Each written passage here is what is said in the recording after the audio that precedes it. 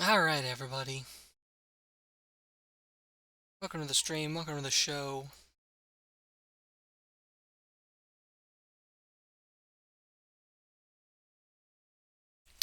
In case you didn't read the title of this stream, or if you didn't see any of my announcements for it, what we are doing today is I'm gonna teach you how to play Power Fantasy, which is my original tabletop role-playing game that I made myself, and which I hope to be releasing a playtest for soon. This year. I'm also hoping to stream um, a one-shot game of it soon. A lot of hopes, a lot of hopes. If I have anything more solid than hopes, I will let you know immediately. So yeah, over the course of this stream, I'm going to teach you how to make a character. I am going to teach you the basics of playing the game.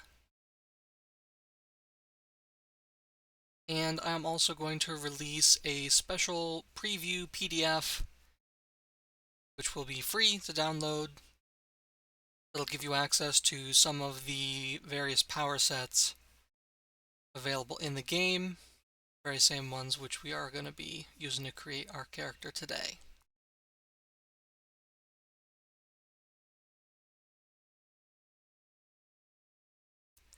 As a bit of a heads up in advance, I'm a little bit woozy wobbly today. It's the meds. But I'm doing my best. I'm going to try to power through and stay relatively high energy and hopefully be coherent.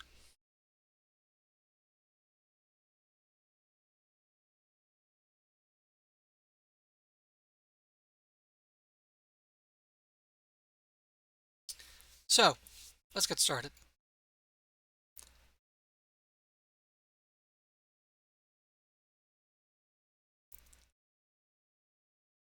Main screen turn.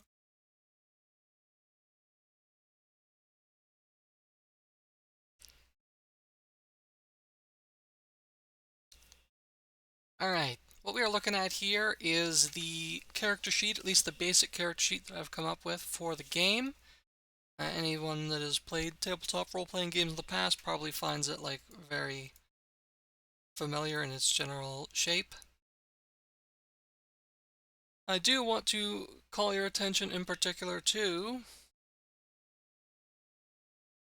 this, whoops, that's too close. This lovely logo right here, which was made for me by Lottie Sweets, a very good friend.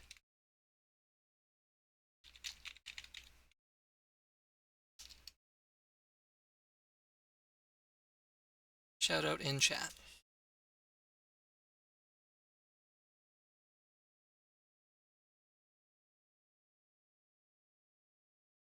Everything else in this game made by me. So far, it is the sort of game where it should be fairly easy to add new content yourself, to create and add new content, new power sets, powers for existing power sets, enemies, adventures, whatever you got. I've been, from the start, I wanted to keep the design fairly modular so that it's easy for people to make their own stuff for, and absolutely I will encourage that to happen. Hello, Warlock Schmorlock in chat.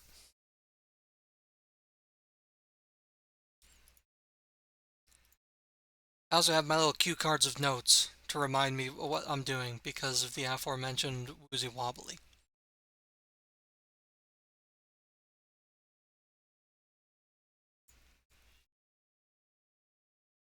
So, Power Fantasy, a name of two parts. Part 1, Power, that is the basic mechanic of the game. Your character is made up of different powers which can be used in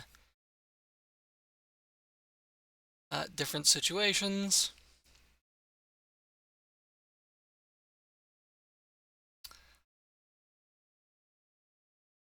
Pretty much everything in the game is powers. Your spells, attacks, those are all powers. The items are also listed as powers. If you got yourself a little sidekick creature of some kind, they are also listed as a power. All the enemies have powers. If on the battlefield there is a very big tree that you can hide behind to avoid ranged attacks, that is also uh, created using the power template. So once you learn how to read a power, you know how to play pretty much the entire game.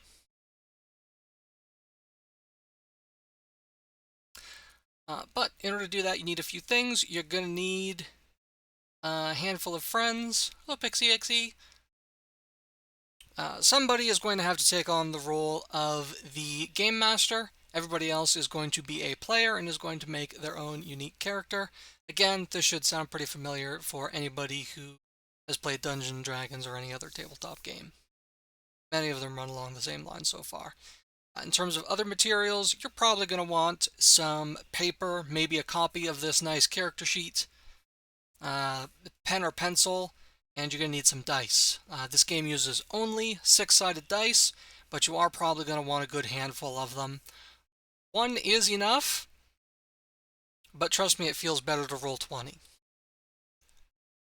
Hello, Necromancer. Everybody's coming out of the woodwork. Good to see y'all.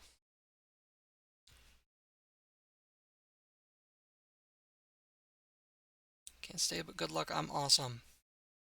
No, you're awesome, whether you stay or not. So, I'm gonna roll. I don't know how audible me moving furniture and stuff around is gonna be, but I'm going to assume the drawing position. I gotta move my chair and we'll call it a drawing stand into position. And I'm gonna fill out this here character sheet, and y'all can follow along with me. Use this nice, bright red, easily visible.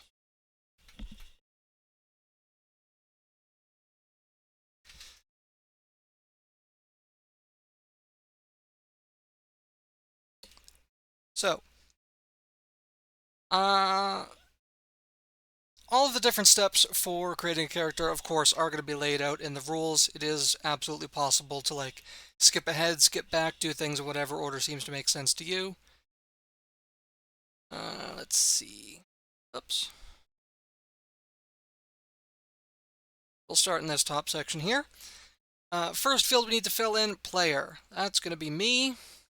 My name, Lone Star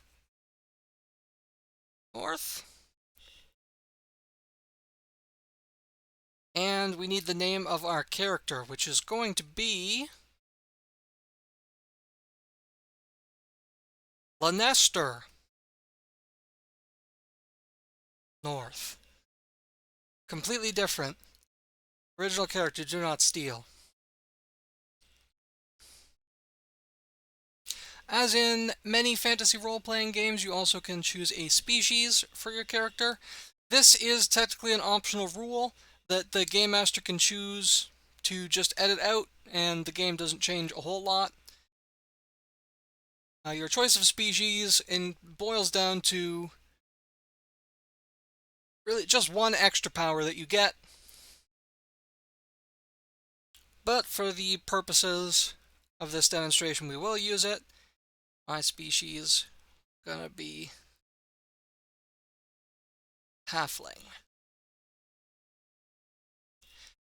We also have a big old block here for a description.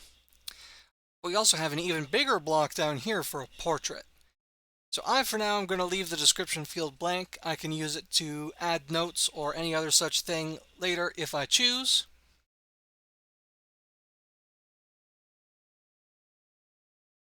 And we will move on to our various stats. Now we got a few bubbles to fill out here, but trust me, it's going to go real quick. On the left, you'll see that we have max HP and max EP. HP, probably familiar, that's health points. If you lose HP as you take damage, or are exhausted, or any other such thing, if you hit 0 HP, then by the default rules you die, although there are variants that are a little more forgiving. EP is energy points, and that is what you expend also to represent exhaustion, like during long periods of overland travel. But more importantly, you expend it to use your best powers. Your spells, your strongest attacks, your whatever you've got. It usually uses EP. Not all powers do. Some are free to use, some are passive. But if you want to play the archetypical wizard, you're going to be wanting a good fistful of EP. So, how much HP and EP do we have? 10 each. Now, by way of character customization, we do have the option of transferring up to 5 points from one of these stats to the other. So if we want to really go all in on our spells, we can bump our HP down a bit, put it all into EP, more casting, more power. Or if we want to be more of a frontline warrior protecting the rest of the party, we won't need as much energy, so we can take some points out of that and throw them into HP instead. As your character levels up and increases in power, you can gain more HP, more EP, whatever you want. So this is primarily a choice that is going to impact your level 1 early gameplay, but it can still be pretty important. I'm very tired. I too have max EP. Don't we all? We also have fields here for our current HP and current EP. I am leaving both of these at 10, by the way, because I'm making more of a balanced character. I've got plans. Well, on second thought, I am a halfling. I am just a little guy. So perhaps it would be more fun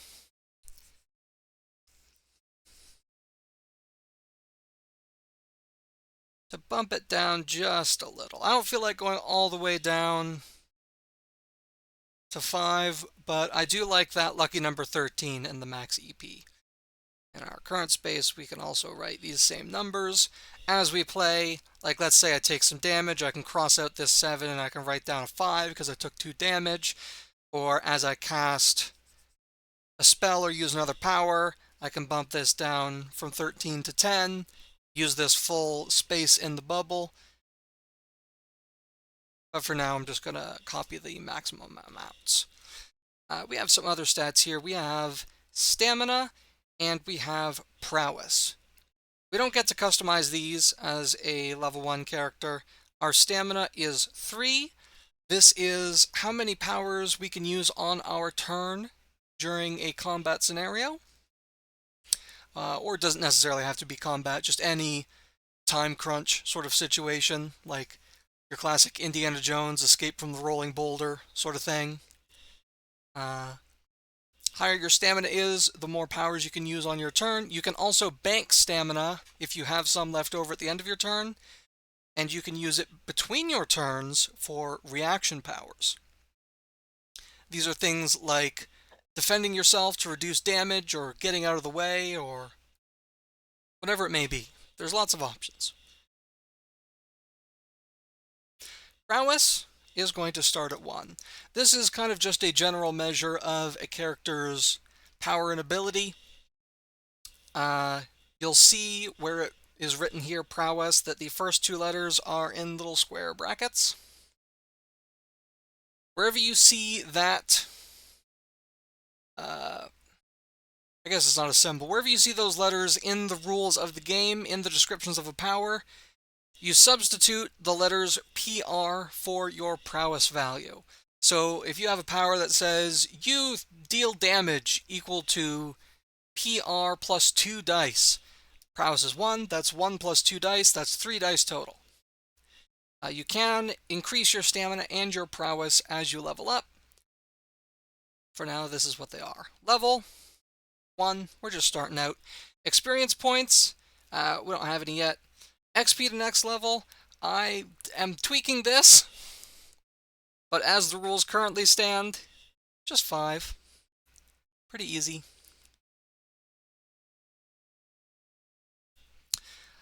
Power points also currently remains blank, and Valor points remains blank for now.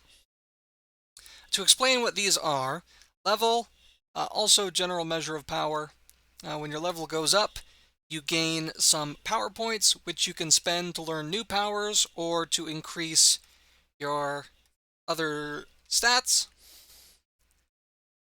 And how do you increase your level? By gaining experience points. You gain it in a variety of ways: by defeating enemies, by completing quests, or if you have unspent Valor points, when you rest, you can also trade those in for XP. But most of the time, you're instead going to want to spend your Valor points to add extra dice to your rolls.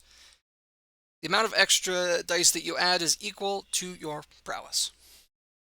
So right now, if I spend a Valor point to improve one of my rolls, I'm adding 1 extra die. You gain you gain Valor points every time you finish a combat without losing outright, or anytime you overcome any other sort of obstacle other than combat, any kind of challenge. In other words, Valor points encourage you to keep adventuring even after you've been in a fight and used up some of your resources. Or if you prefer, you can just rest, gain all your stuff back, and convert your Valor points to a little bit of extra XP. Hello, Lunderjoy. Welcome to the chat. So, that's all our stats. Everything else pretty much is just powers. Brings us to the lower, little bit more than half of the character sheet. Zoom up here. Go.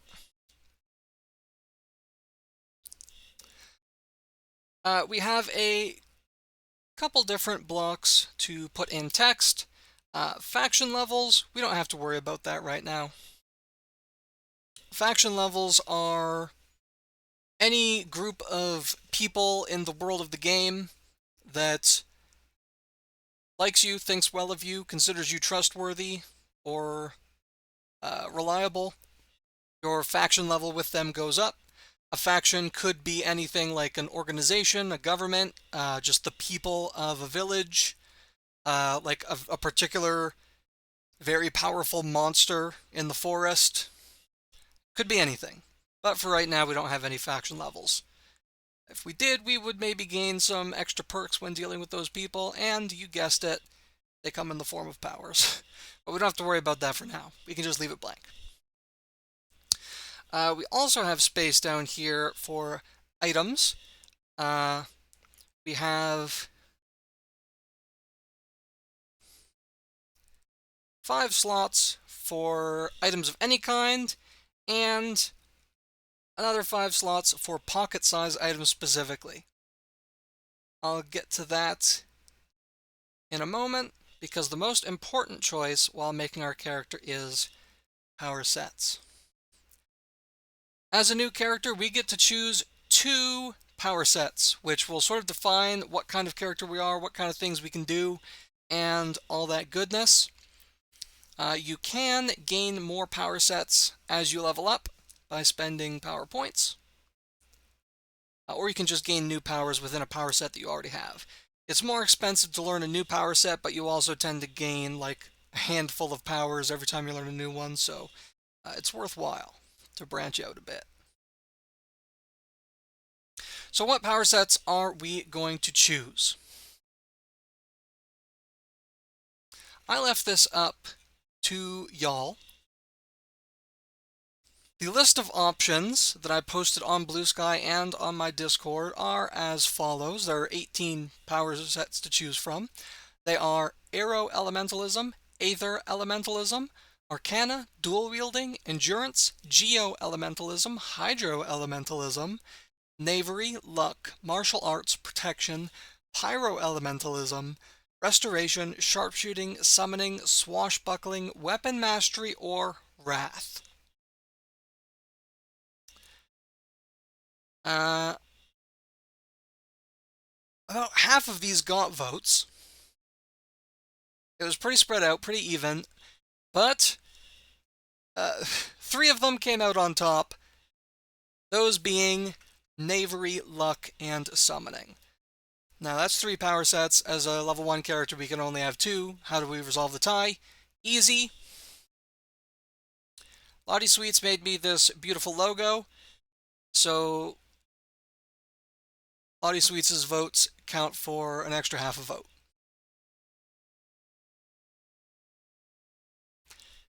So, that being the case, the power sets that we are going to choose are Knavery and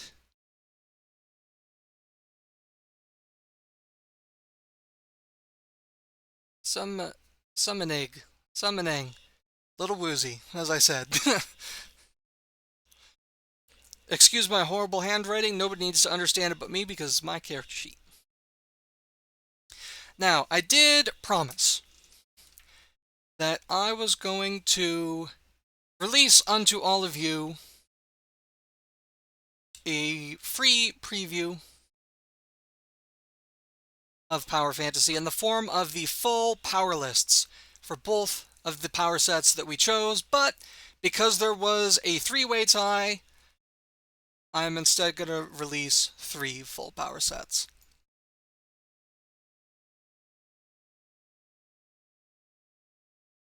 And there's also a list of basic powers in there too. These are things like attack, defend, move, interact, just the basic things that any character can do. So, that should be released now. I have posted a link in the chat. I am also cross-posting that link onto my Discord.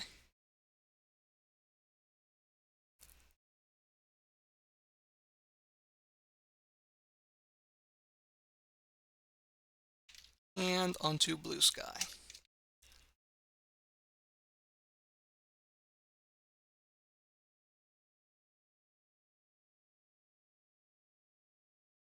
Done and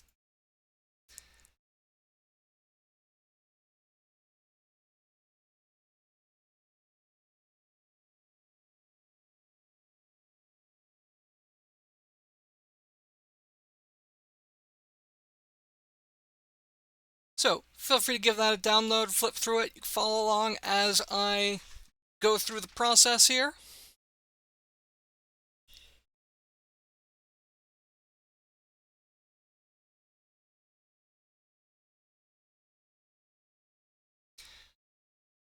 As you can see, if you open up that PDF, I'm looking at it right now, on the first page you see a list of base powers. You can use all of these, every character can use all of these, and following on the next 8 pages are some more powers.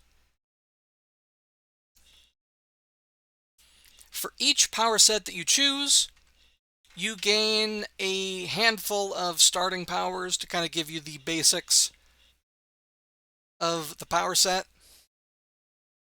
All of these base powers have green text on their description line.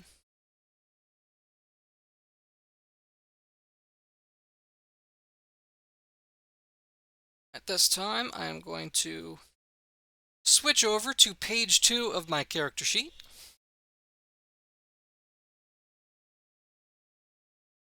The power sheet where I can easily fill all of this out.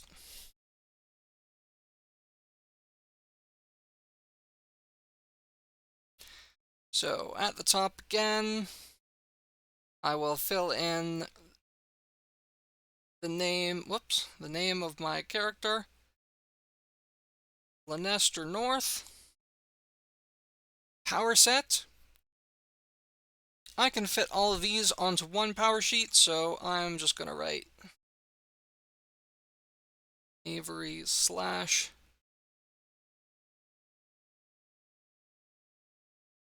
summoning. And there's also some space for other notes. You can write down whatever you want there. Whatever's useful. I choose, in the notes section,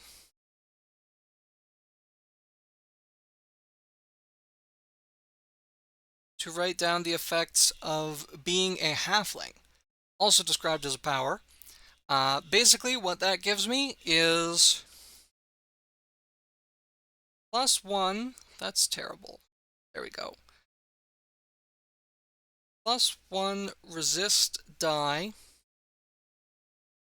when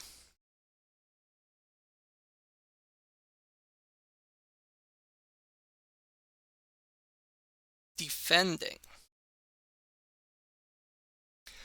You may note that I threw down some more square brackets on this description. I will explain what that means right now. So you can see we've got all these little boxes where we can fill out each of our individual powers. I am going to start by looking at the Knavery power set, which gives me 4 different powers to start with, 4 different base powers.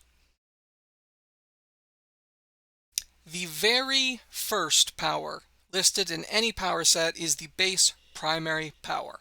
Your primary power is your go-to bread and butter. It's your main thing. In the case of Knavery, that is Steel.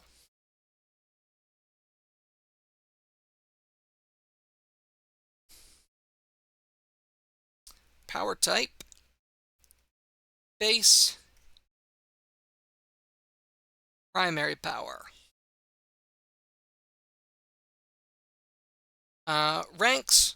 This is not a ranked power. Some powers you can learn more than once, and the more you learn them, in the case of passive powers, they just get stronger. In the case of non-passive powers, it gives you the option to use them at a higher or lower level. So let's say that I've got 3 ranks in... let me scroll a little bit further down on Knavery. Look at some of the secondary powers. Sneak attack, that's a good one. I don't have this right now, but in the future, if I learn the sneak attack power, if I attack an opponent while I am hidden, I get prowess +2 dice of damage on that attack.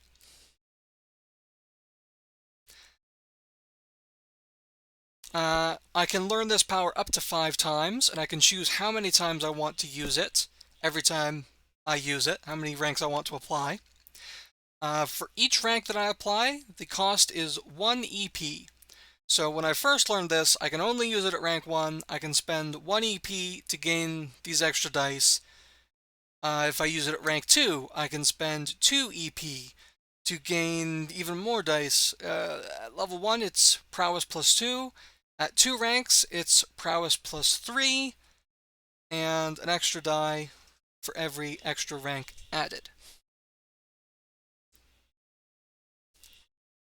But we don't have any ranked powers yet. What we have is Steel. Moving on. EP cost of Steel, 2. The range of Steel is listed as close range. So I will scratch in the smallest circle here. If I had a mid-range power, I would scratch in the middle circle. And if I had a long-range power, I can just fill in the whole thing. Some powers have different ranges, such as personal, which means that it has no range, it just affects whoever's using the power. Or it might have a range of weapon, if you're using a special attack of some kind. That means that the range of the power is the same as the range of the weapon that you are wielding, which is close range if you're not wielding any. Also, hello Aftergrove in the chat.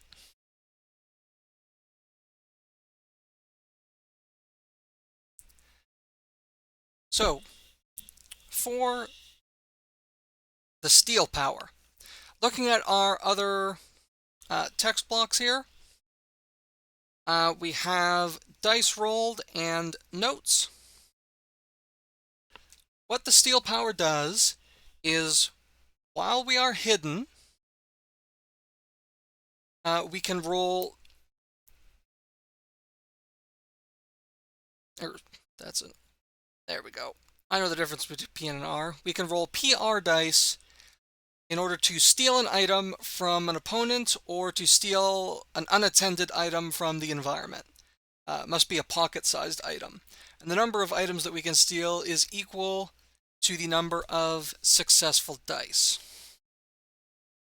Now, I could write just the PR code in there, or since I know what my prowess value is, I can just write 1.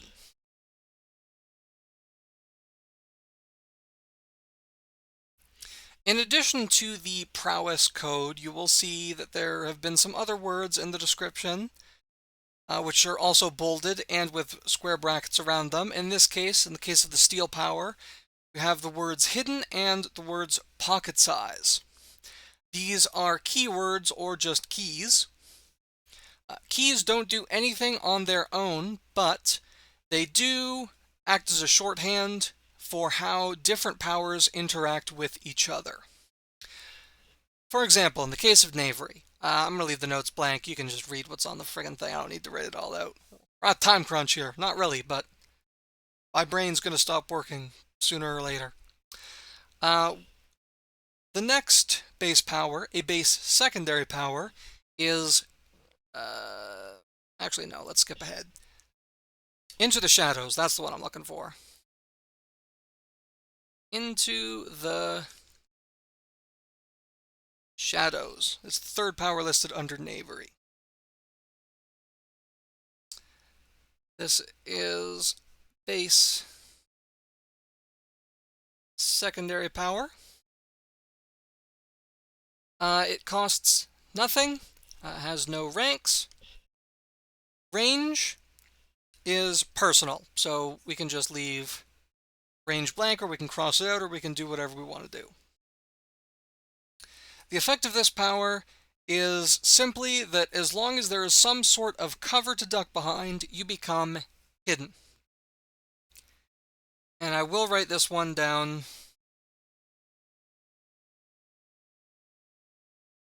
If cover available, become hidden. No dice. So, Into the Showers tells us that we become hidden. And that is a key word because it's bold and it's bracketed. Our steel power says that we must be hidden in order to use it. And in that case, hidden is also bold and bracketed. So because we have two matching keys in our two different powers, we know that we need to use Into the Shadows before we can use Steel.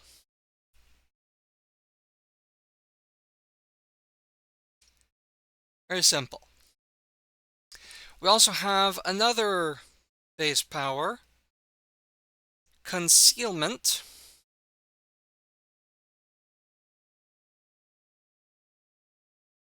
Frick.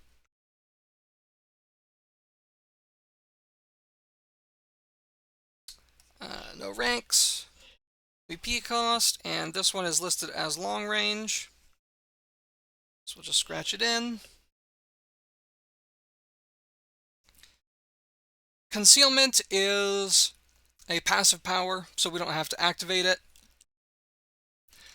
And this is one of several types of powers in the game that literally just explain what a certain key does.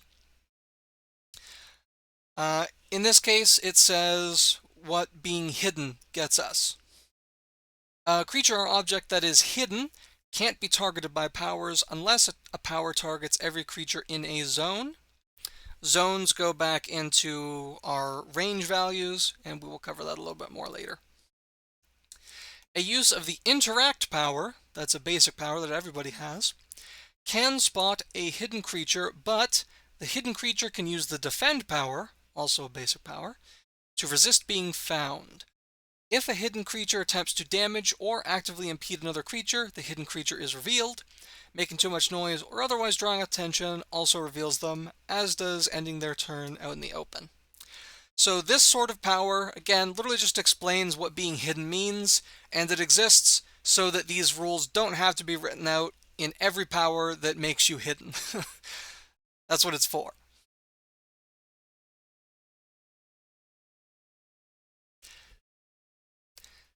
Because it is a long-range power, it also implies that any creature or object that is hidden gains the benefit of concealment. If, for example, you had a power that turned an ally hidden or that hid an object, then concealment explains what happens. There may be other powers in the game, or enemies might have powers that do the same thing, that turn them hidden, and in those cases, those powers may be written out in full as they are here. But in the case of Knavery, because being hidden is so crucial to how everything works, it just has its own power that explains it. So we don't need to write all of that out. We got our power list. What we could do, for example, is write down page 2, and now we know where to look that up if we ever need to. Fourth and final base Knavery power is Outsider.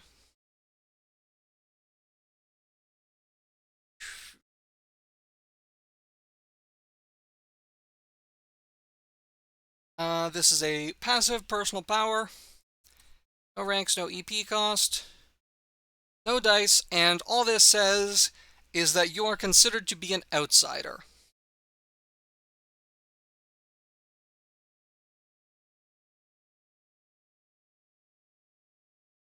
This is another key which applies to our character permanently by virtue of learning the Knavery power set.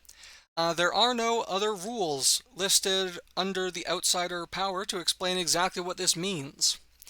But, as we were talking earlier about faction levels, there could be, for example, a faction that does not think highly of outsiders, and as a result, having learned the Knavery power set means that that faction will not like us as much. Maybe it'll take us a little bit longer to advance through faction levels with them. Maybe we'll be capped at a lower maximum faction level. Who knows? For now, though, it doesn't do anything, so we can move on.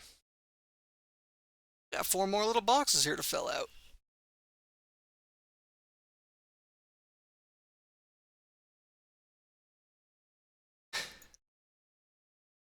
You will notice that there are many other powers listed under Knavery. We don't need to worry about those for now. We're going to move on to summoning so that we can finish building our character. I'm going to take a sip of water.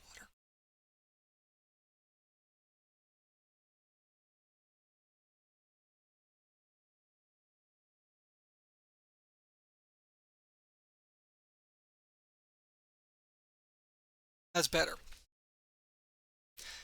Okay, so once again, we've got 4 base powers that we learn from the summoning power set.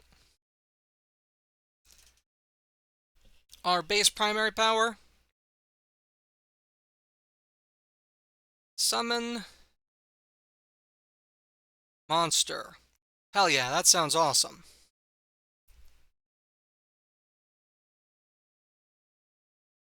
This is our base primary power. This is a ritual that we perform in order to summon a monster who will join us in battle, do whatever we want, kick a whole bunch of ass. This power further specifies that our monster can use all base powers, these being attack, defend, move, etc., on the first page of the preview. Monsters can also use any monster powers that we know. We'll get to that later. But they can't use items. And it also notes that we can only have 1 monster summoned at a time, that our summon disappears if it reaches 0 HP or at the end of the scene. And then it gives us some stats for our little monster power, which I will transcribe now. Our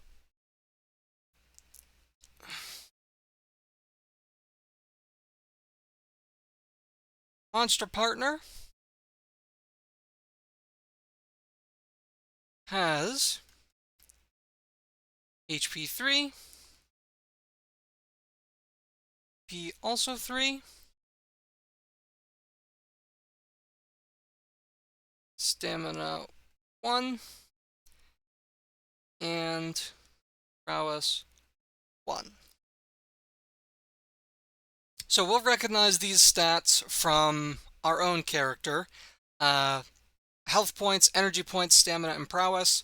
Our little monster friend gets 1 power use per turn. As a partner, the monster also acts on our turn, so if you summon the monster, you can immediately use its stamina point to do something. And our partner has the monster key. Oh, and the range of summon a monster is long. Whole thing, whole shebang.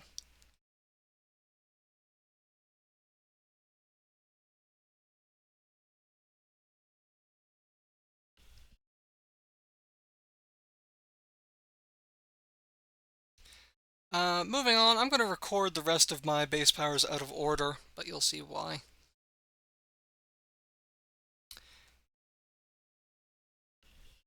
We have a power called Recall.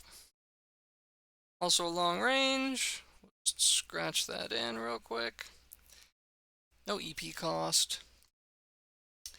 You can return one of your summoned monster partners to its place of origin to recover half of the EP you spent to summon it rounded down. So, summon a monster, costs 5 EP. We can recall that monster at any time in order to get 2 EP back. A little bit of a refund.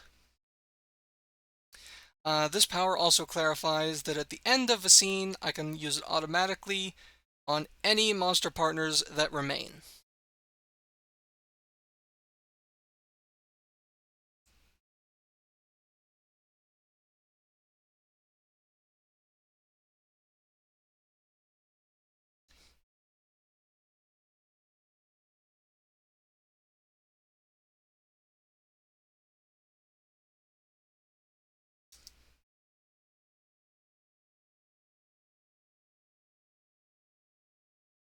We have another base power called Monstrous Strength.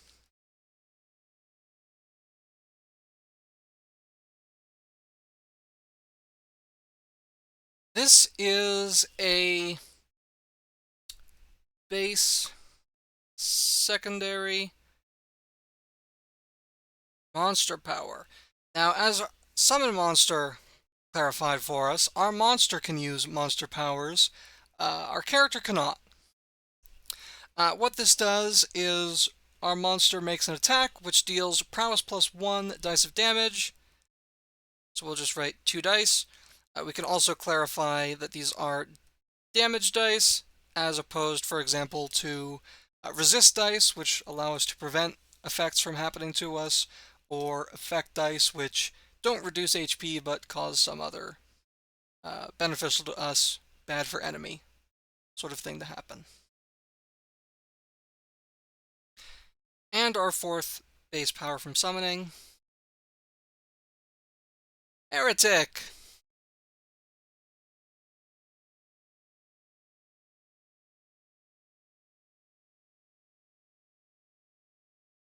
Just realized that I got the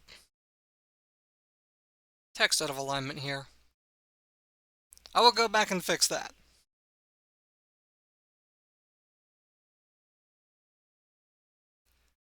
But as long as we can understand what we're looking at, it's fine for now. This is another one that just gives us a permanent key. Heretic. So we are both an outsider and a heretic. I'm sure this will not bite us in the ass at any point in the future. It's all going to be good and gravy from here on. So, I also want to give just a quick primer on some of the other powers that we have access to in the future that we can learn by spending our power points as we level up.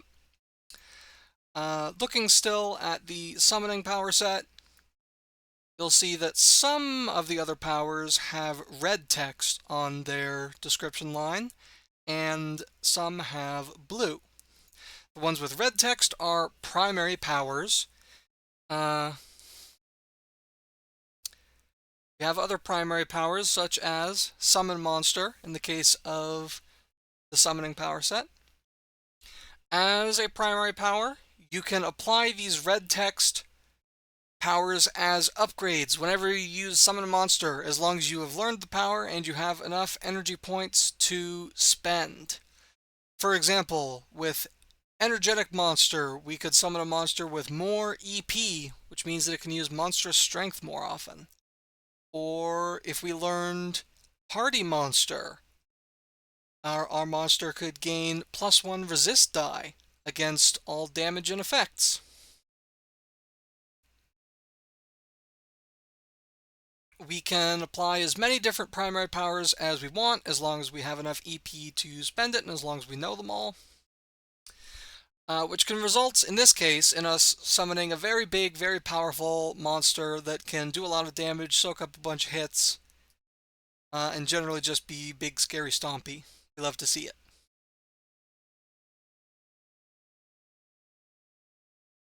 On the other hand, secondary powers with the blue text, these are standalones.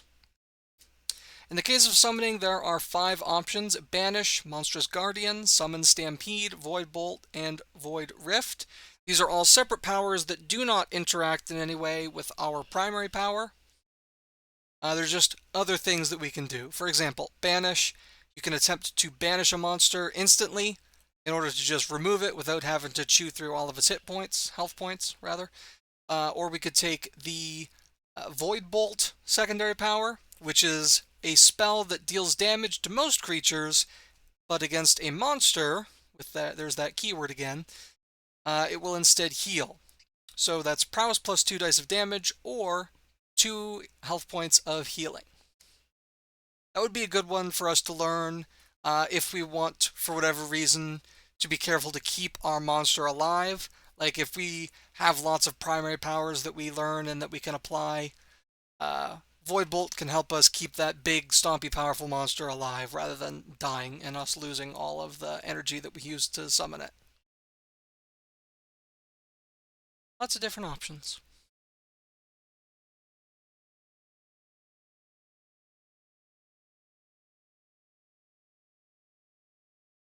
So, with all of that recorded, we've got our power sets chosen.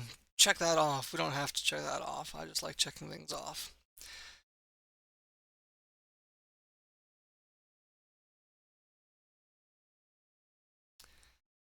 The last step is we need to figure out what kind of items our character is going to start with.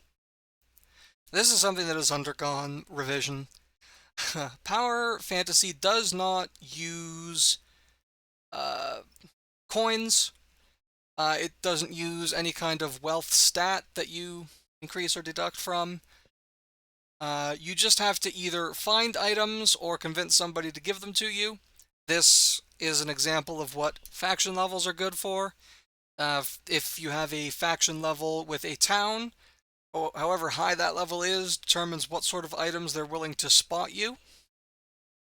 But they usually won't give you something that you already have, depending on what it is. They may allow you to stock up on like extra rations or something like that, but if you've already got heavy armor, they're probably not going to give you a second set of heavy armor. For our starting items, we can choose 3. Each one from a different list. We can have 1 offensive item, 1 defensive item, and 1 utility item. Additionally, one of our choices can be a strong item instead of being chosen from the common items list.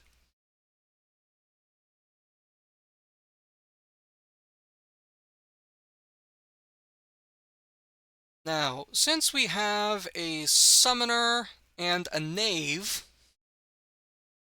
We're probably not going to need to be too worried about attacking with weapons, but we get one. So we're going to take a bow. That will allow us to stay in the back of combat and attack from distance while our monster tanks for us. For defensive items,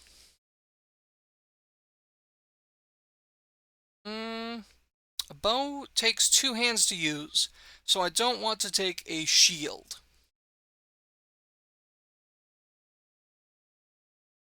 I think what I would rather have is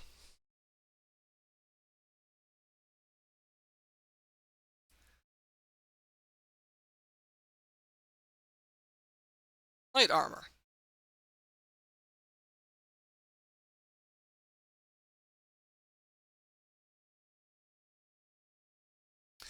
And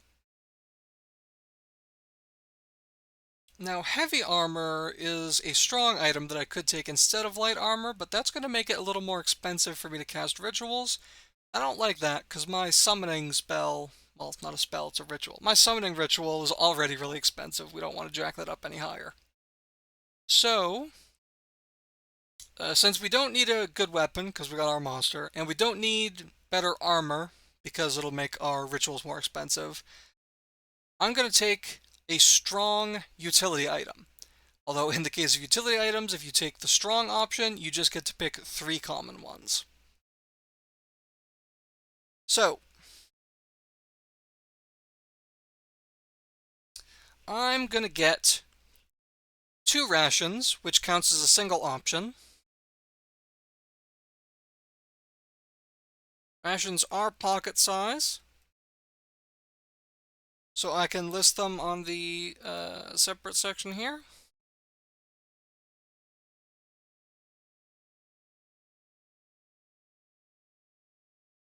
I can also take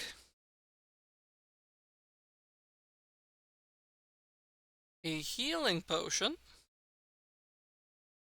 Sounds useful.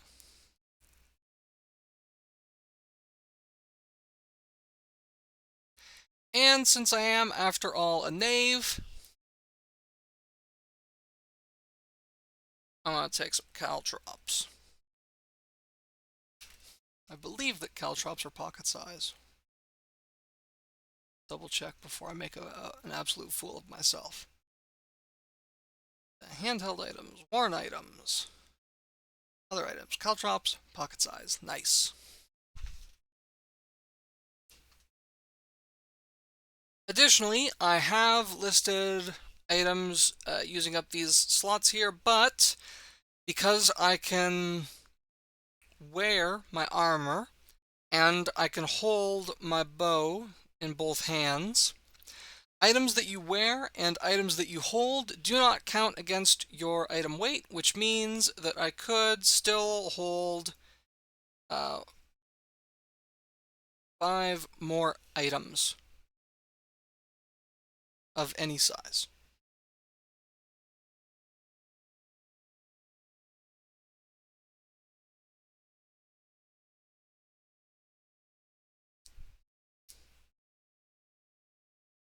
So, I did mention earlier that everything in Power Fantasy is powers.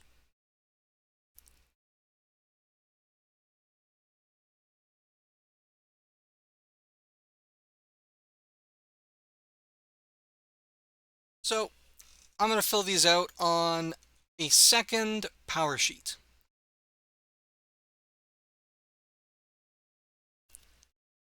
To start with, I've got my bow. It's long range. Nice.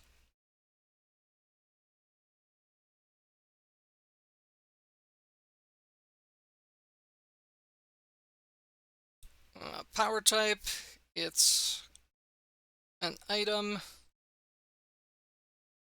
Passive power.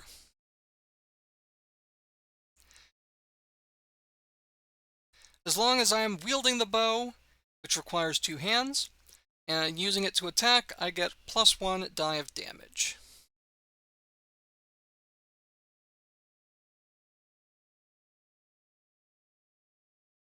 +1 damage. And I'm just going to write down the keys. Well, I should write them down instead of trying.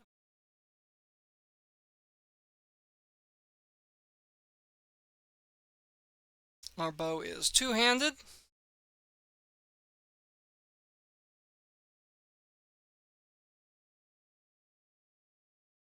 Projectile.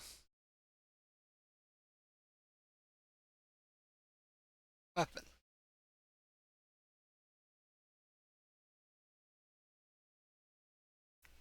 And it is effective when we use it to attack.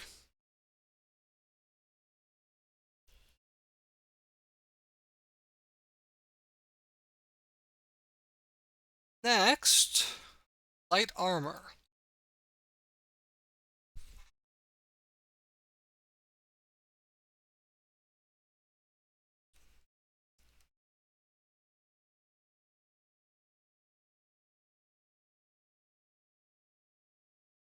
Power type. Item. Passive. My handwriting is getting worse. I apologize.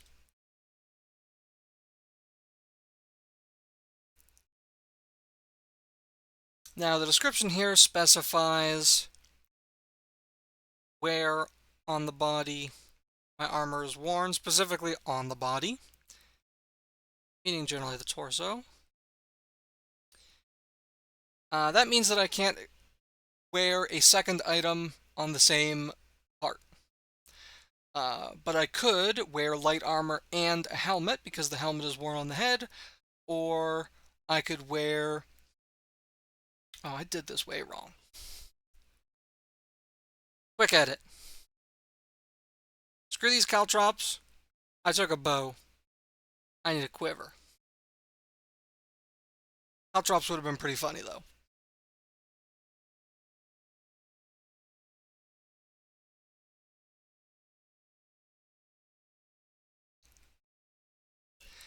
Our light armor gives +1 die to resist damage. Since it specifically resists damage, this will not help us resist negative effects. For example,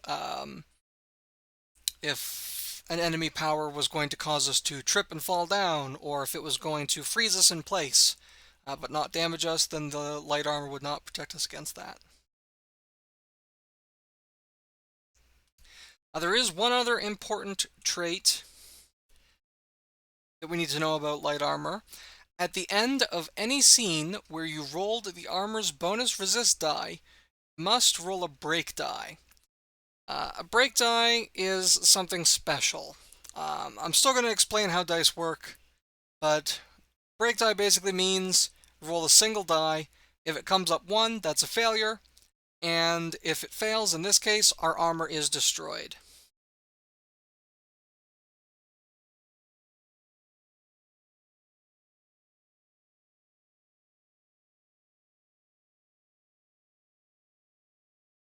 So I'll just write down break die end of scene, and that will help me remember that I need to be aware of that.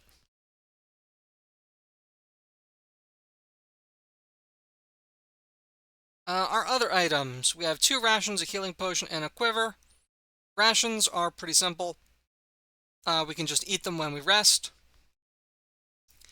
But I will write down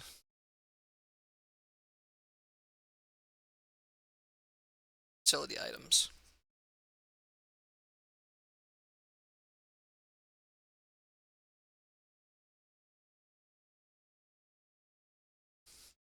Quiver is very simple. We wear it on our belt. So this also does not take up an item slot. You can still have 5 more items.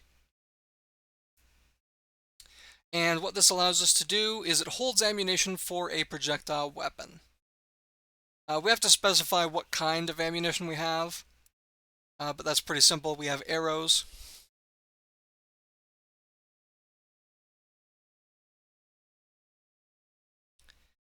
And as with armor,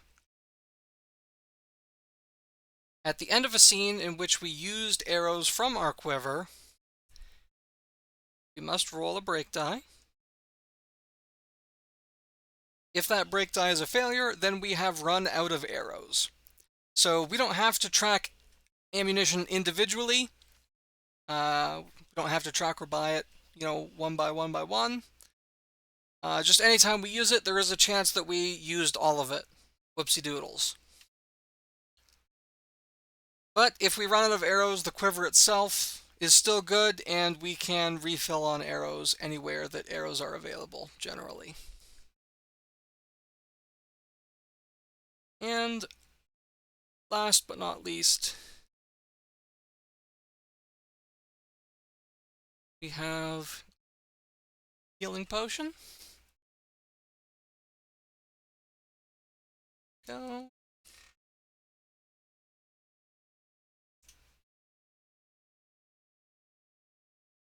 This is an active item power. And it heals, is it +2 or is it +3? 3 HP.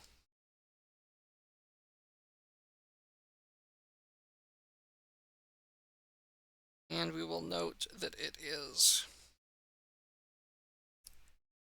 pocket size, so it takes up a little less space.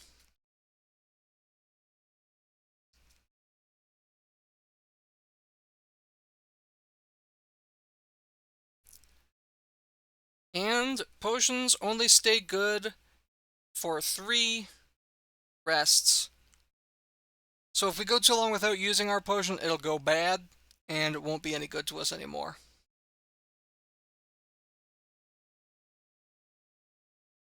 So healing potions, very useful. You cannot stockpile 999 of them for the final battle against God.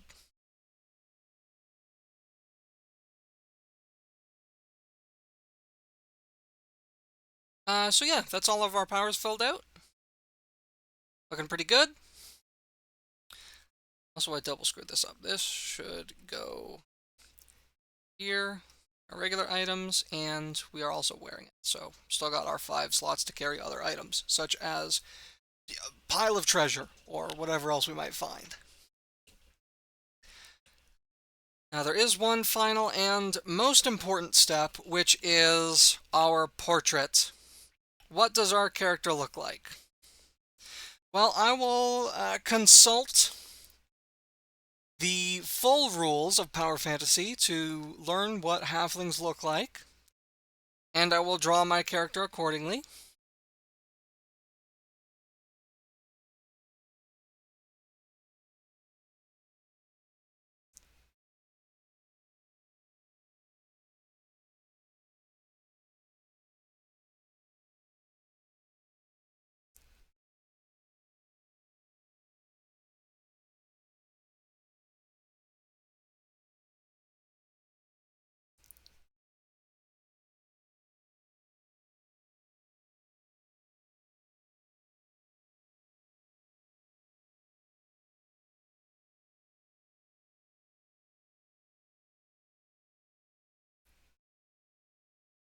A bow, because I'm all sneaky.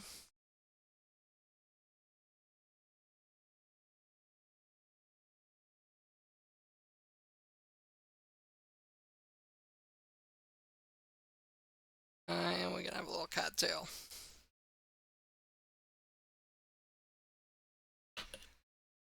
Original character, do not steal.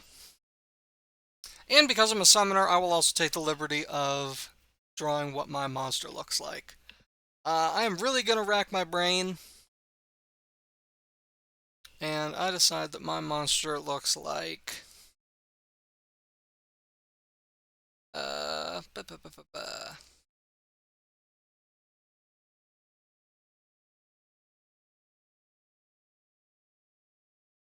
Fuck it, I'll do it from memory. It's more fun that way. See how close I can get.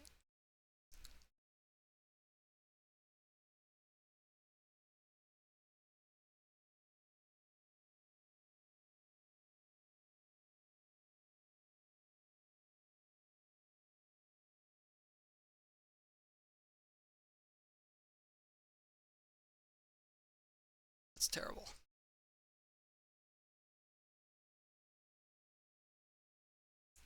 And my monster is in the top percentage of all monsters. Really going to help me out in combat.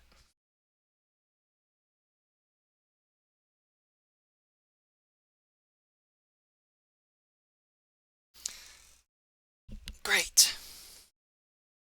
With that done, character is ready to play. I will turn my tablet off briefly while I set some stuff up. Should be all set.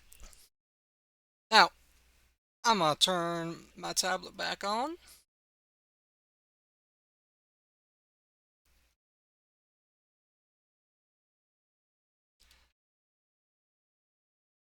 I'm going to show you how play actually works. What do we got here? D plays. Hi D. Good to see you again.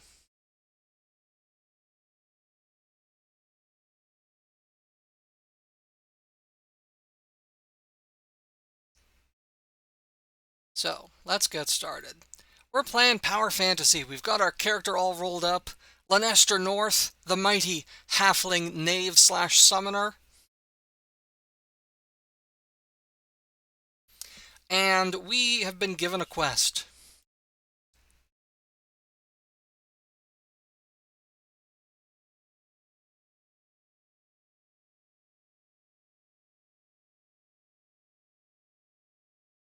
Zoom out a little. Here we are in the humble town of Townsburg. Our original character, Do Not Steal, has been hired by the local citizens to go and investigate the forest monument. Hello, I'm the possum. There's a tall monument in the forest that normally they can see during the day from their homes, but ever since the storm last night, they can't anymore. So they want somebody to go over and take a look, just see what happened, see if there's any new dangers there, or what all may have occurred. So our mission, which we have chosen to accept already, is that we must travel to the forest monument, take a look around, then report back to Townsburg, or whatever the hell I said the town was called. So, as you can see, we got ourselves a simple little hex map here. And we gonna need to be doing some hex crawling.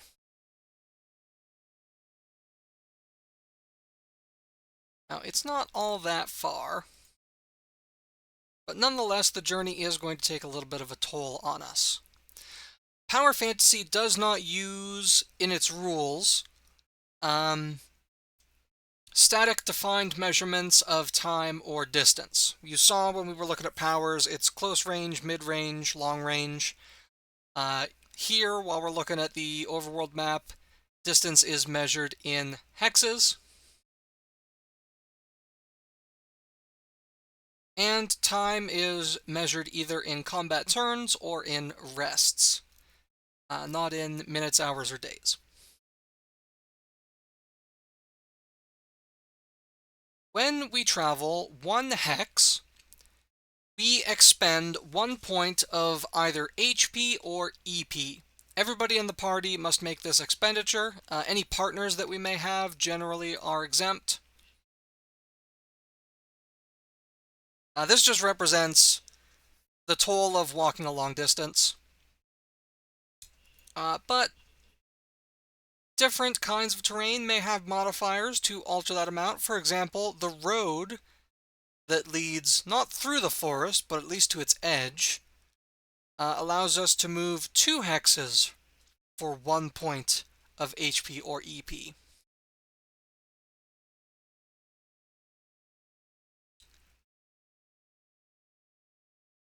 So, I shall move 1 space. Hold on, actually. Da -da -da -da.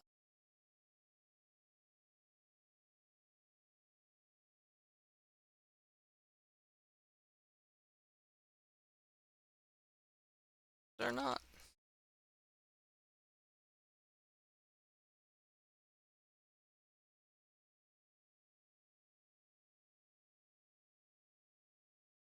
HP, that'll do.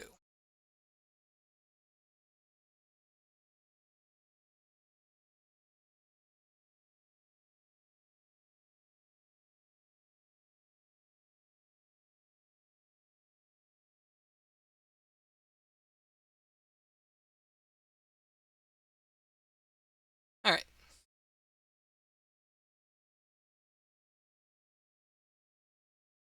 Let's see that, our cameraman. Oh, I know why it is. Edit this boy in the...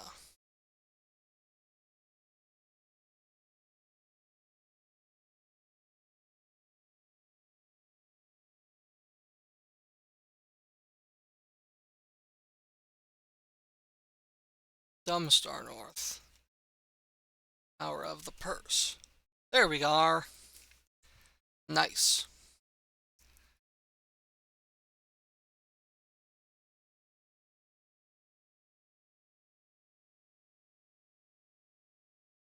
So, moving 2 hexes costs us 1 HP. We can now move again to the edge of the forest, but if we were to move here, the next hex it would move into would be forest, so there would be no particular benefit from the road, but, you know, it's got to be done. We will spend a point of energy this time, rather than HP. We do get to choose. And that puts us right at the edge of the forest. Now, a forest costs 2 points of HP or EP to enter. But we do get to choose which is which, as before, and I choose once again to distribute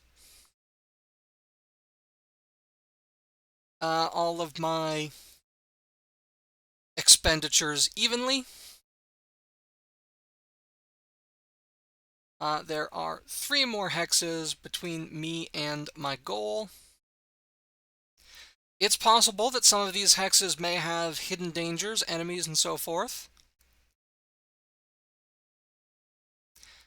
But for the purposes of this brief demonstration adventure, we're going to say that's easy. We just need to spend a whopping 6 points from our various stats. So what I'm going to do is I'm going to drink my healing potion on the way. So I will spend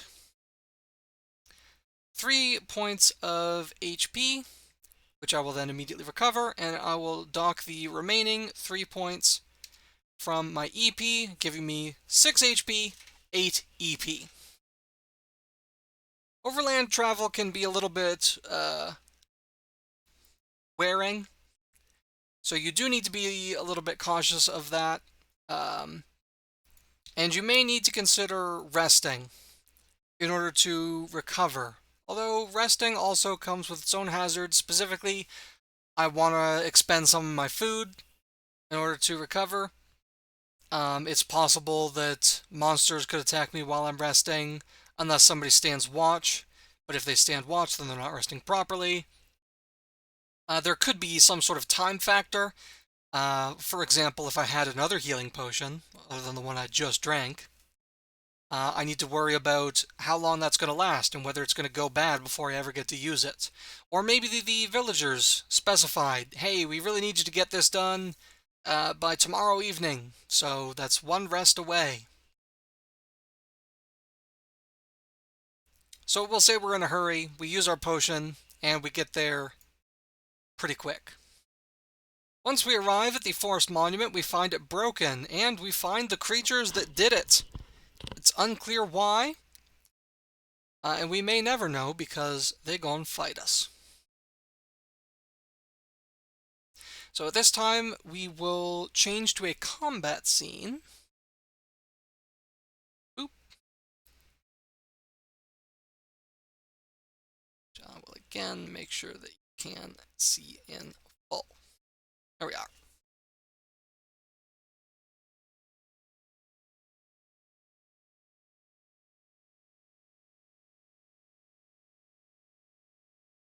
So we've got a pretty simple setup here. We've got some concentric rings and a line down the middle. These rings are the 3 different combat zones.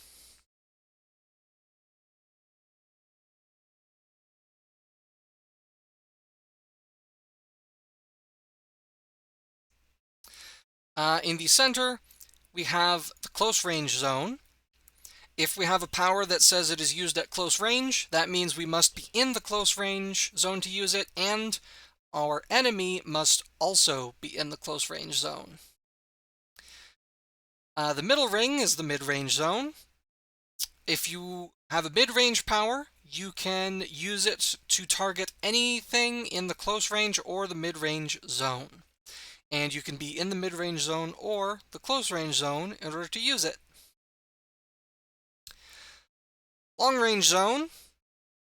If you have a long range power, such as the weapon range of our bow, you can target anything on the field. Long range, mid range, close range, and you can be standing anywhere on the field in order to do it. Long range, mid range, or close range. Some powers may have a restricted range, such as long range only or mid range only.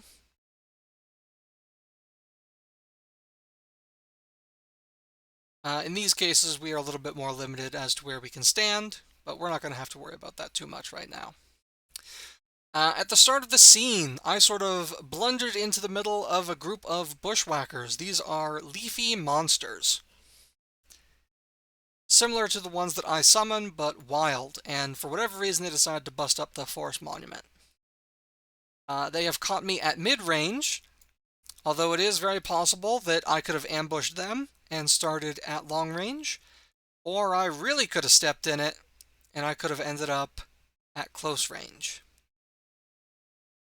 But because we sort of surprised each other, I'm just kind of at mid-range here. Whereas their starting positions are sort of mixed up. We've got 2 at long range, 1 at mid-range, and we've got 1 big one at close range. A combat scene begins. So, in combat, characters and enemies act in order back and forth. So a character acts, then an enemy acts, then a character acts, then an enemy acts, etc., etc., etc. A character may not act a second time until all characters have acted once. Same goes for enemies. What this means is that because there's 1 me and 4 enemies, turn order is going to be me, then one of these 4 enemies, then me, then another of these 4 enemies, then me, and so on and so on and so on. If you are outnumbered, you get an adrenaline boost, I suppose, and you act more often. Whereas if there are many opponents on the field, they are confident in their numbers and also tripping over each other so they don't get to act as often. Justify it however you want. The point is that action economy is not going to screw you over in Power Fantasy as it does in so many other games. As to which side gets to act first, generally, the players, the characters, get to act first, unless they were specifically ambushed by opponents. That hasn't really happened in this situation, so we're just going to act. Now, I don't have my frickin'... There we go. Stats.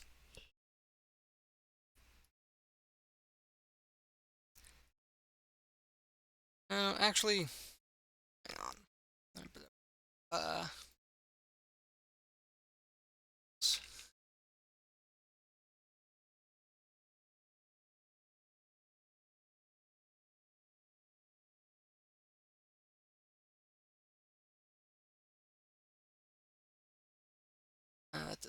so we'll do.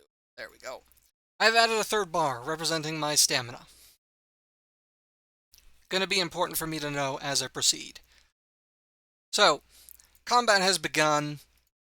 Things are looking a little dicey. I'm outnumbered, but as a summoner, I have a solution to that. Actually, I have a couple. I am going to use 1 point of stamina to use my summon monster power. This costs 5 EP.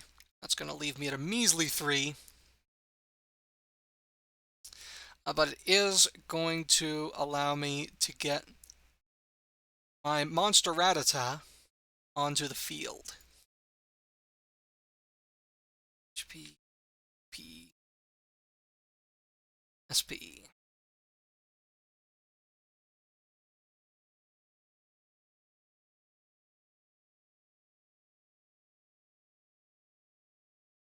Summon monster.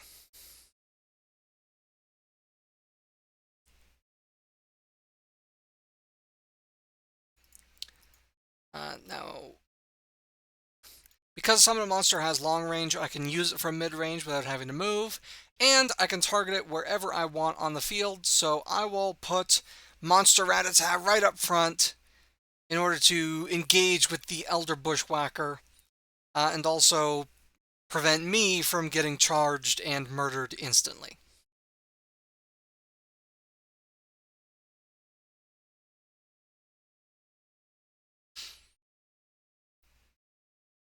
I am also going to use the move power. This is a basic power to back all the way up. If I wanted to, I could then use my final point of stamina to move back again and flee the scene entirely. If you move off the edge of the long-range zone, then in most situations you are simply gone, you have escaped, you are safe, you will no longer be targeted by the monsters, or at the very least you will move on to another scene, which could be evading the monsters, like hiding from them, or it could be outrunning them. Maybe you have to best them in some sort of endurance contest. Anything could happen. They may just decide, he left, we're done. But yeah, for the most part, if you flee, you are safe. You just might miss out on loot, XP, that sort of thing. So, although the base rules are pretty strict in that if your HP hits 0, you're dead, it's fairly easy to survive by simply using all 3 points of stamina to get the hell out of dodge.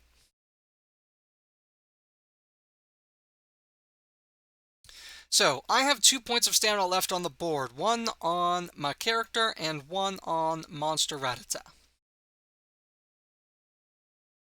So, to start with, I am going to have Monster Rattata expend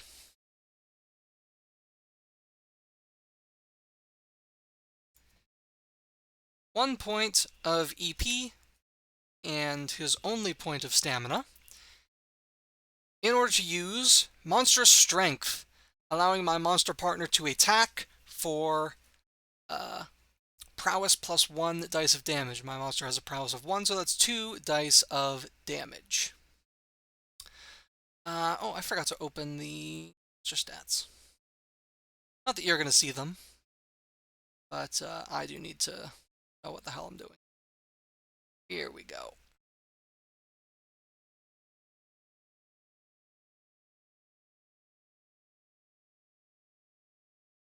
Scrolling. Bushwhacker. Here we go.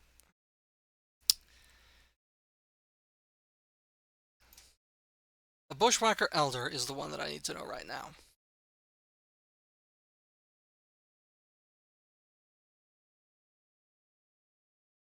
So, Monster Rattata attacks 2 dice of damage.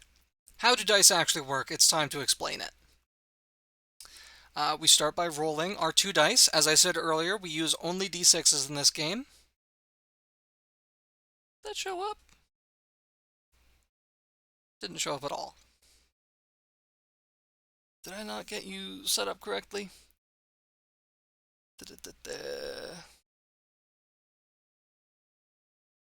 Automatically use 3D dice. There we go. Okay, I'm going to try that again so you can see what we get. That's actually much better. So, I have rolled a 4 and a 5, as you can see on the board. What does that actually mean? So, we don't add these together. This is not a result of 9. Instead, what we have is 2 successes. The result on the d6 determines whether it is a success, a failure, or an explosion. A 2, 3, 4, or 5 is a success. A 1 is a failure, which means that die gets discarded and does nothing. A result of 6 is an explosion, which means that it's a success, and we get to roll an extra die. It is possible for explosion dice to explode, and exploded explosion dice to explode. It can go on forever.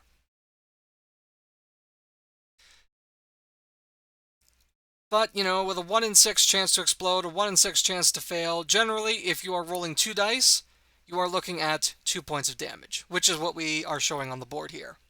Now, the Game Master, who is also me, which doesn't seem super fair, but we're just going to roll with it. Our example. Oh, and I just realized, god damn.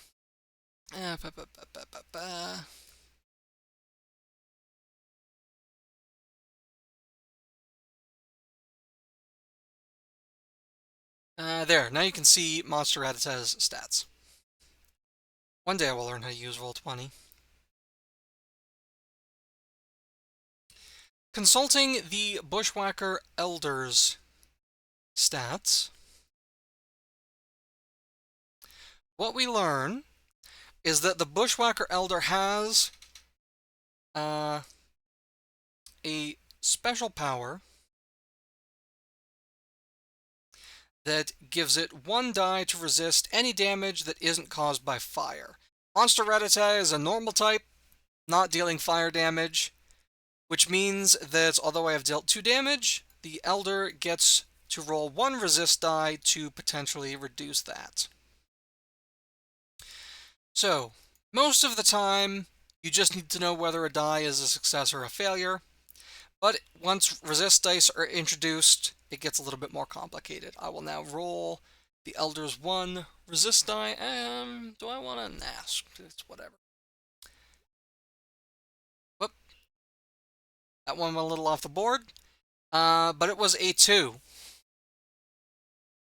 I have the power to make you see that. No, I don't. Never mind. As soon as I clicked on the thing it disappeared. It was a 2. Take my word for it.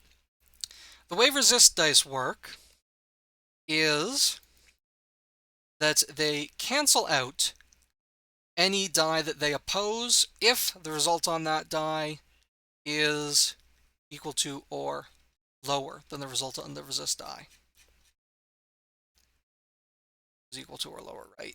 Please know the rules of my own game. Please, brain, work. Work for me.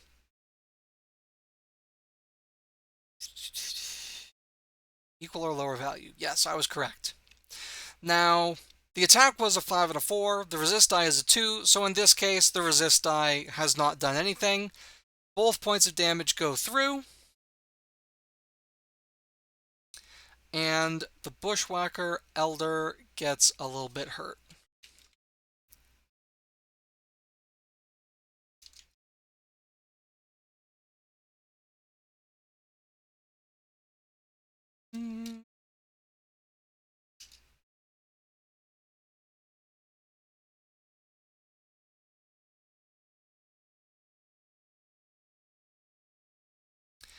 But the Elder is very large and very powerful and is not yet down for the count. Things are a little bit dicey for me because that guy looks like he's probably going to hurt. Monster Ratata might be finished, done for. We don't want that. So, I've got to make a choice at this point. Lanester North does have 1 point of stamina remaining. I could bank that 1 point of stamina to use to defend myself if one of these creatures attacks me. So similarly, I could give myself some resist dice to hopefully reduce incoming damage. That's not a guarantee that it'll work, as we just saw. And I do have my armor to protect me passively. Or I could go all in, spend all of my stamina on my turn to maximize the amount of damage that I can do. That seems like the move here since I'm outnumbered, as I am. So, I may not have any great attacks, but I do have a bow. I will use the attack basic power. So lets me do prowess dice of damage to an opponent in weapon range. My bow is long range, so all good there.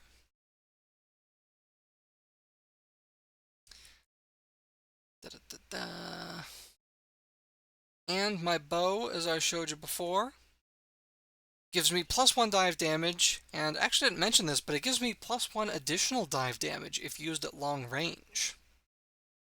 So, that's going to be a total of 3 dice of damage that Lanester North can roll against this Bushwhacker Elder.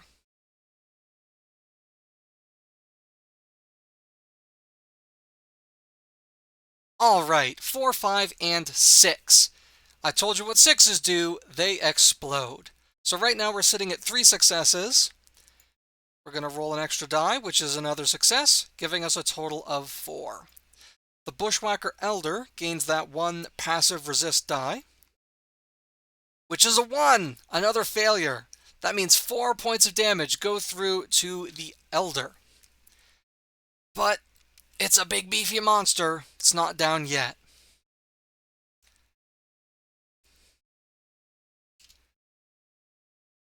And my turn is over. Now, 1 monster gets to go. The monsters can act in whatever order they choose, so any one of them could go, but the Elder Bushwhacker is badly hurt and also the biggest and strongest, so the GM decides it makes the most sense for the monsters to put their best foot forward. The Bushwhacker Elder is going to act.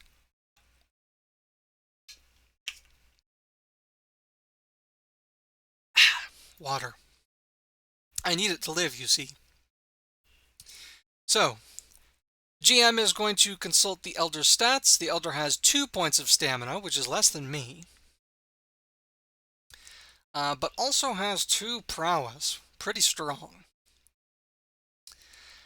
Out of the various powers available to this creature, the one that makes the most sense is called Skitter and Slaver. This is a personal range power costing 1 point of energy, which the Elder only has 1 point of energy to begin with. 6 gnarled legs extend from the Elder Bushwhacker's sides, and a long snout and set of jaws extend from its body. This transformation lasts until the end of the scene and grants the Bushwhacker +1 die to all of its attacks. However, in this state it cannot defend and cannot willingly retreat from the close range zone. So, the monster powers up. That costs 1 point of stamina, leaving it with 1 left to attack my poor, sweet monster Rattata. That's 2 dice from prowess and +1 die from the effects of Skitter and Slaver. 3 dice. This could one-shot Monster Rattata. But I have faith in Monster Rattata, for he is in the top percentage of all Monster Rattatas. Fuck. Monster Rattata eats shit.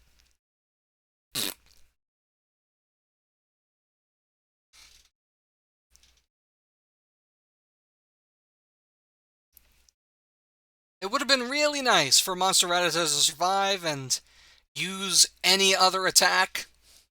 Maybe absorb a second hit, but you know what? It absorbed 1. And that means I live to attack again. Now, I'm at a difficult point. I don't have enough energy left because of how grueling it was to travel here for me to summon another monster. I could use my remaining energy to... Well, I don't even need to use energy. I could hide This is a forest field, which means that the GM says, yeah, there's lots of low shrubbery and stuff like that. You can conceal yourself. You can become hidden. And that may help, although I don't have to. I can just run. But the GM might be more forgiving if I also hide. I could just leave. But Lanester North is a brave and mighty little cat boy. He's gonna fight it out. At this time, I remain at long range. I still got my bow. I'm gonna clear this field. I will use... Well, first of all, I'll recover all of my stamina because my turn has begun anew. I will use 1 point of stamina to attack. That's another 3 dice going at the Elder Bushwhacker. Please, please, please. Oh ho ho! That's 2 successes and an explosion. So 3, 5, 6. Ooh, and the explosion fails, unfortunately, because we got a 1 on that extra die. So right now we're sitting at 3 points of damage. Bushwhacker Elder gets its 1 passive point of resist, which is going to be a 5. That 5 will cancel out our 3 or our 5 that we got on our damage, but only one of them. So instead of 3 damage, I'm dealing 2 damage. Pew! And wouldn't you know it, the Elder Bushwhacker only had 1 hit point remaining. Which means that guy is toast.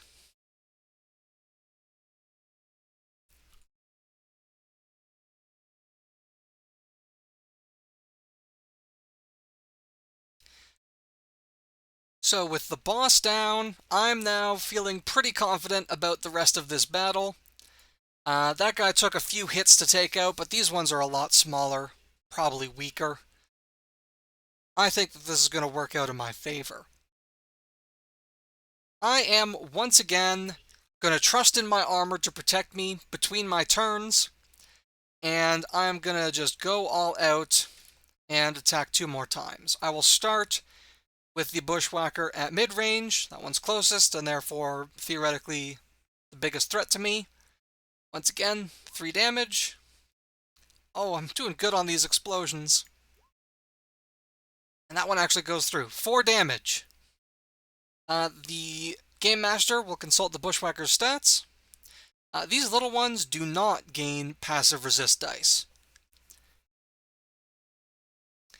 However, none of these Bushwhackers, these 3 that remain, have acted yet in this combat. At the start of combat, if you haven't acted yet, you have stamina equal to half of your maximum stamina, which you can use on resist powers to protect yourself before you get to do anything. The Bushwhackers have 2 stamina, normally, meaning that each of them does have 1 point of stamina, which allows them to use the Defend basic power to attempt to resist my attack. Never mind, that's a 1. This first little Bushwhacker is toast. 2 remain. I will make my 3rd and final attack. Ooh.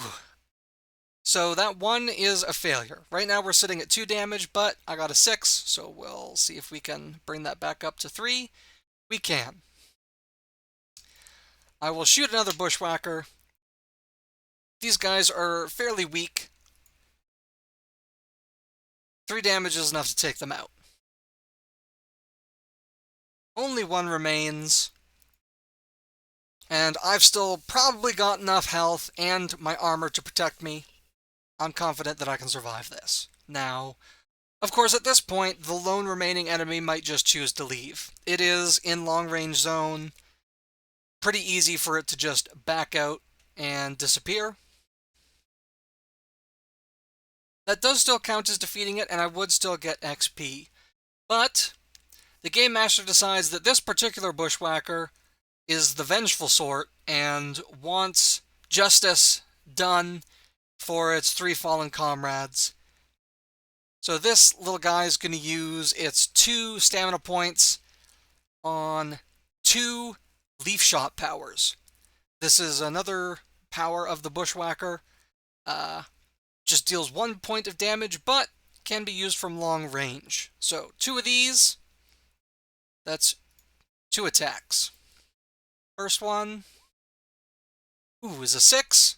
So that's going to be 1 plus 1, 2 damage. But, as I said, I have my light armor. I will roll 1 resist die to see if I can reduce that. Nope, I got a 2. Resist dice, thus far, a useless mechanic that does nothing. That is going to be 2 points of damage on me, leaving me with 4 hit points. It's actually coming down to the wire. The Bushwhacker's second attack. Gonna roll a 5. Again, my armor is passive, so I will roll my resist die. A 4. A little bit too low. If I had a Valor point, if I had fought a previous combat, or overcome a previous challenge before resting, I would be able to spend that now to maybe add an extra die here, maybe roll that 5 or 6 that I need. But that is not the case. I'm going to take another point of damage, leaving me with 3 health, 3 energy. It's looking rough, but the Bushwhacker's turn is over and mine has begun. 3 stamina. I shoot my bow. 3 successes. And the monster did not leave itself any stamina with which to defend, which means 3 damage, unresisted. That monster is toast. I have won.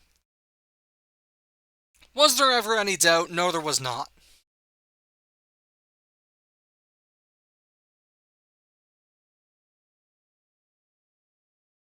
So, the battle done, a couple of things happen. I have 2 items in my inventory which have a chance to become useless if I use them in combat. There's my light armor. If I use it at least once, then it has a chance to break. I will now roll my break die. This is a single d6, unmodified, and if it's a 1, it's a failure, and my armor splits open and is useless. It's a 1. My light armor did nothing, and also explodes off of my body. That sucks. The journey back through the forest is going to be trepidatious, shall we say. Additionally, I used my bow, and in order to use my bow, I used the ammunition in my quiver. And there's a chance that that ammunition has now run out. So once again, I will roll a break die and hope that it's not another goddamn 1. Nope, it's a 5, so no more armor, still got arrows. Doing okay. Could not contain my pure power, absolutely.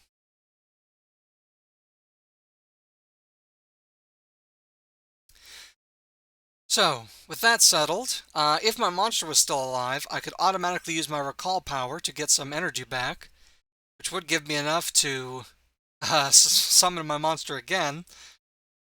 As it is, I only have enough to hide and maybe steal something, so if it comes to that, at least I have an option. But, more importantly, I gain some combat XP.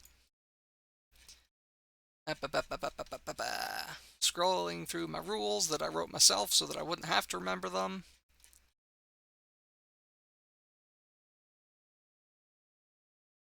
Okay, in order to determine how much combat XP I just earned, the Game Master will add together the levels of every enemy NPC in the scene. There was 1 Elder Bushwhacker and 3 regular Bushwhackers. The regular Bushwhackers are each level 1, the Elder is level 3, so that is a total of 6. Then, subtract from that value the number of characters who participated in the fight, not including partners such as Monster Ratata. So that means every character earns 5 XP, and each character then subtracts their level from the remaining value to determine how much XP they gain. My character is level 1, so I subtract 1, and I gain 4 XP. Almost enough to level up, since I only need 5.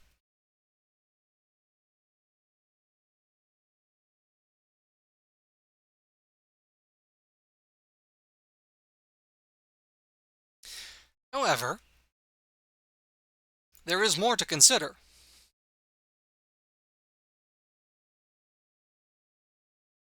For did I not, after all, reach my goal of the forest monument so that I can determine exactly what has gone wrong in this place? I did.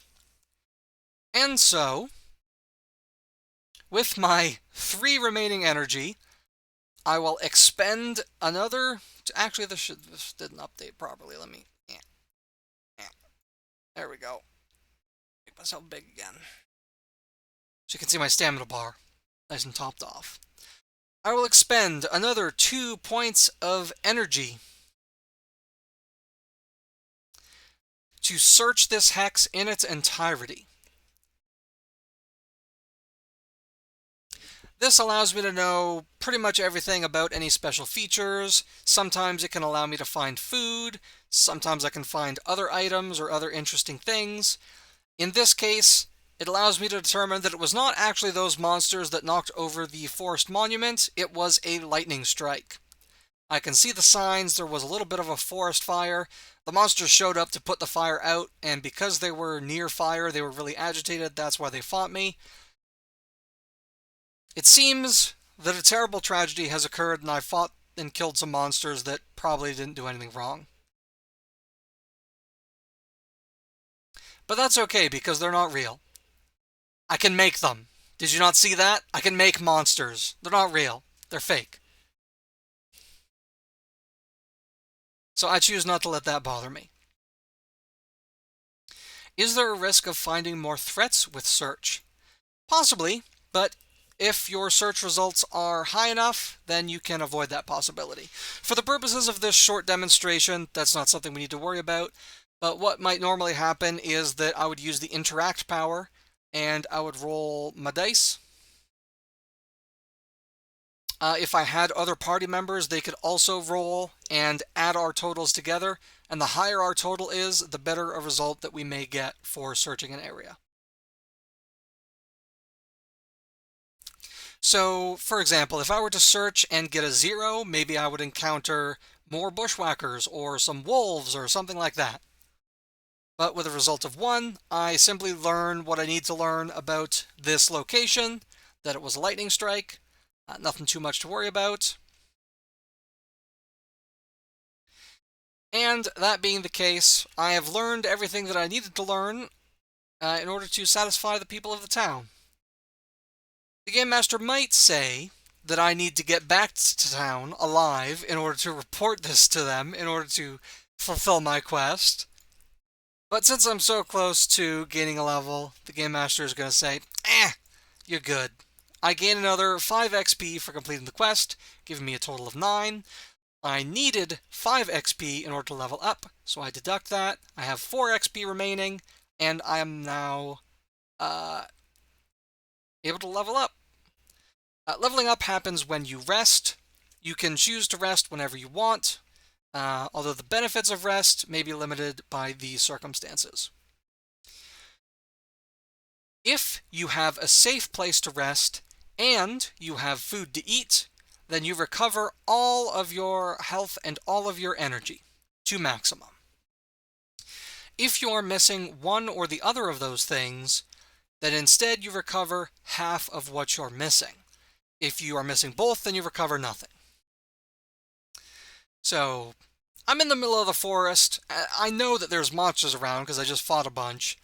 So it's not really a safe place for me to rest, but I do have rations. I will eat one of those, and that will allow me to recover half of what I'm missing. I am at 3 out of 7, so I am missing 4, which means I recover 2 health points. I am missing 12 points of energy, recovering half of that. Over 6 puts me at 7. So I'm still a little bit roughed up, and I still got a lot of ground to cover. But I did level up. So let's find out what I get when that happens.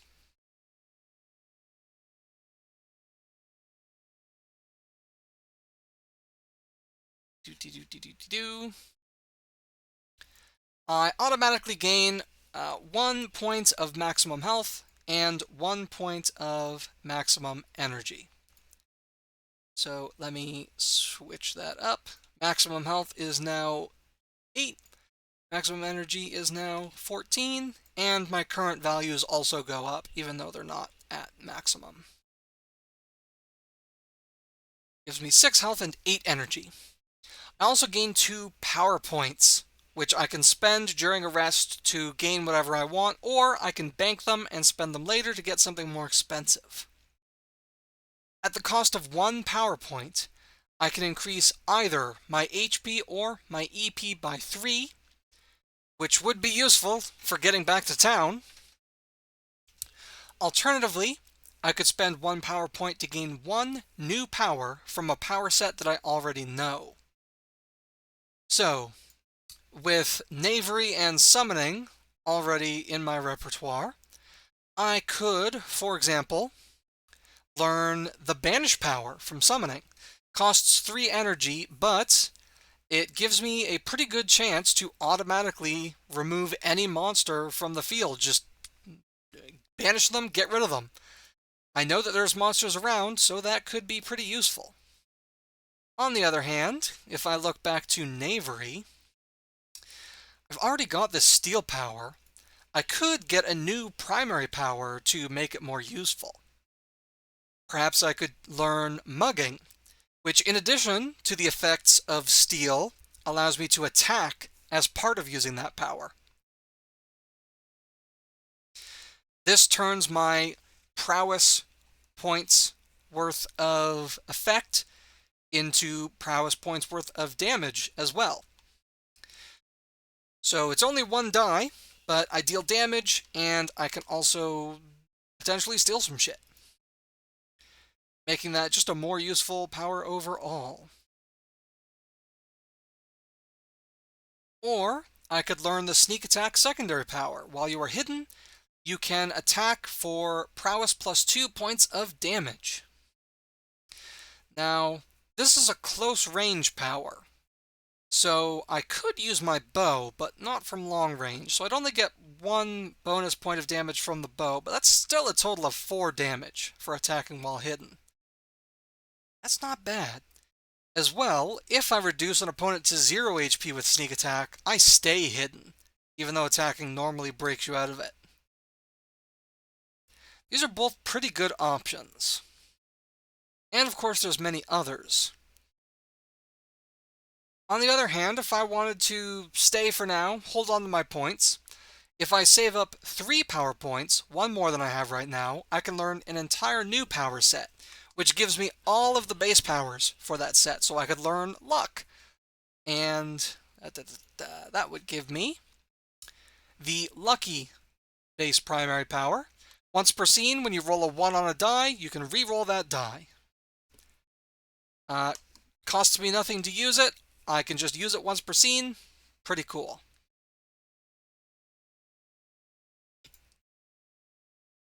And since I would still have 1 power point left after learning the Luck power set, I could even, if I wanted, spend that point to learn, let's see, the Luckier power. Gives me an additional use of Lucky. 1 extra use per scene. That would help a lot with, say, the break dice that cost me my armor. Rest in peace, light armor. Or if I felt very greedy, I could hold on to my power points after my next level up too. For the cost of 5 power points, I can increase my stamina or my prowess. Now, an extra power use per turn, that'd be pretty huge. On the other hand, an extra point of prowess, that's +1 damage on all my attacks. That's +1 resist dice on all my uses of defend. It's huge. However, the power point cost to gain stamina or prowess increases by 2 points for each one every time I increase it. So if I increase stamina, the cost to increase stamina again becomes 7. The cost to increase prowess remains 5. They get real expensive because they are very, very good.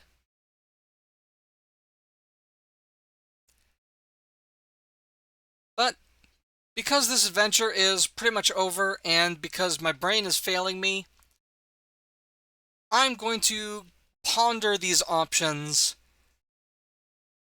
between sessions, and I will let my Game Master know what I pick the next time we start playing.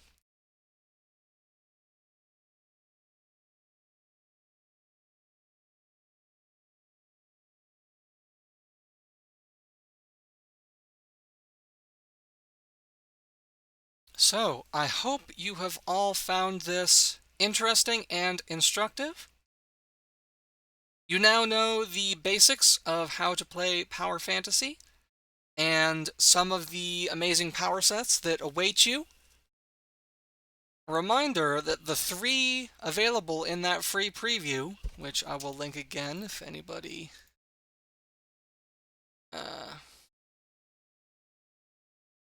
didn't see it.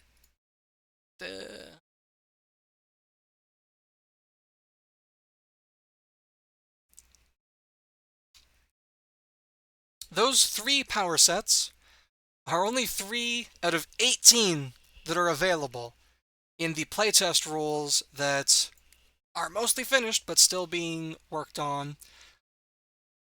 And I've got even more of them that are planned for the full release at some point in the farther future.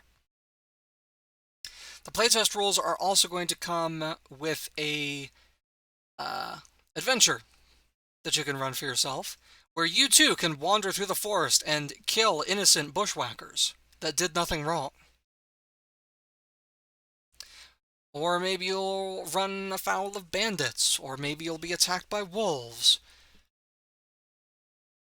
Or maybe harpies will throw spears at you while you're trying to climb down a cliff and you'll fall to your horrible death. That happened during a playtest session. It was fun.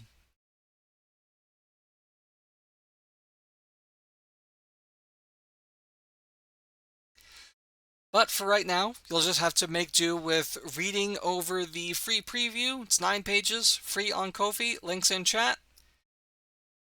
And I hope that will make you eager to learn more.